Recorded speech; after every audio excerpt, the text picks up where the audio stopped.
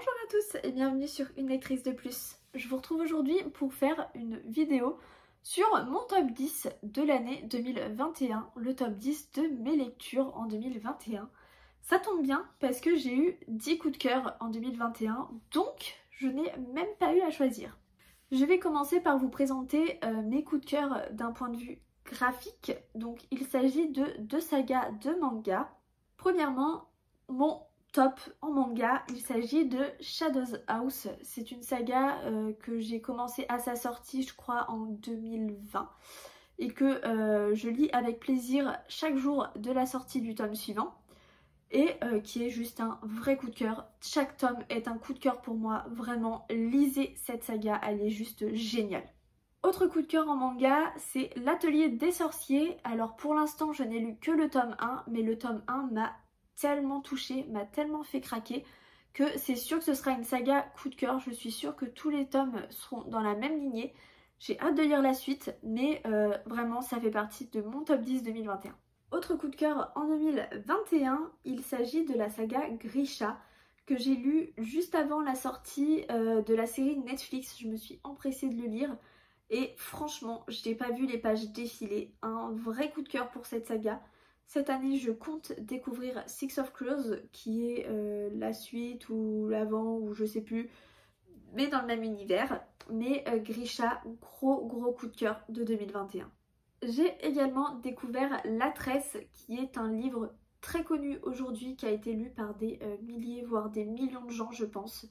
J'avais toujours entendu beaucoup de bien de ce livre et je me suis enfin lancée.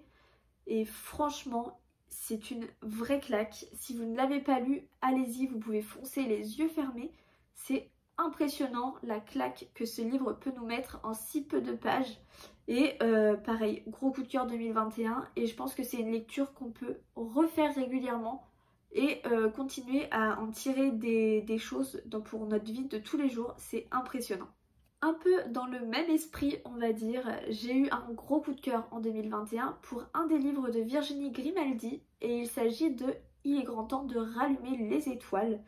Un livre qui rassemble les générations, qui rassemble les familles, qui nous donne tellement d'enrichissement pour notre vie personnelle, c'est impressionnant. Il y a vraiment beaucoup de choses à en tirer et ça, je trouve ça super cool. Autre coup de cœur en 2021, il s'agit de la saga Gardien des cités perdues.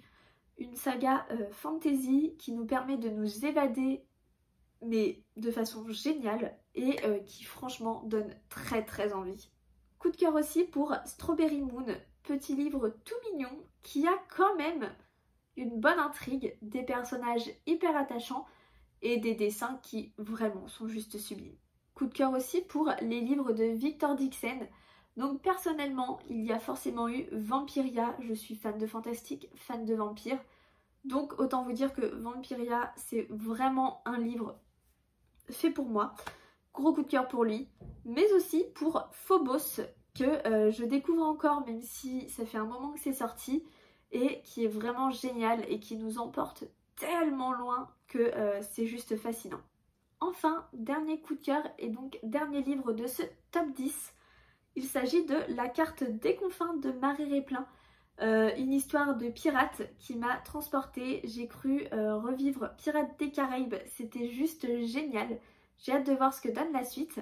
Je n'ai pas donné d'ordre dans ce top 10 tout simplement parce que pour moi il n'y en a pas.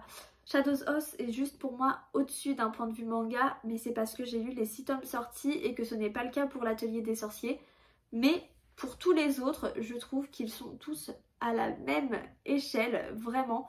Tous dans leur genre, ils sont pas issus des mêmes genres littéraires, c'est pas forcément le même public pour tous, mais sachez que tous valent le détour, qu'ils sont juste tous fantastiques et géniaux à découvrir et que vraiment ce sont mes pépites 2021. Dites-moi vous en commentaire quel est votre top 10 de 2021 ou votre top 5 de 2021 ou votre top 15 de 2021. Faites le top que vous voulez. Mais dites-moi en commentaire quelles ont été vos meilleures lectures de 2021 parce que je vais sûrement faire des découvertes et ça c'est super cool. Dites-moi aussi si ça vous intéresserait une vidéo top 10, top 5 de mes plus grandes déceptions de 2021 parce que j'en ai quand même lu un petit peu, donc dites-moi si ça vous intéresserait de savoir quels livres ne l'ont pas fait pour moi. Si c'est pas encore fait, n'hésitez pas à vous abonner à la chaîne parce que c'est hyper encourageant pour moi et ça me donne vraiment envie de continuer. Et moi je vous dis à bientôt dans une nouvelle vidéo.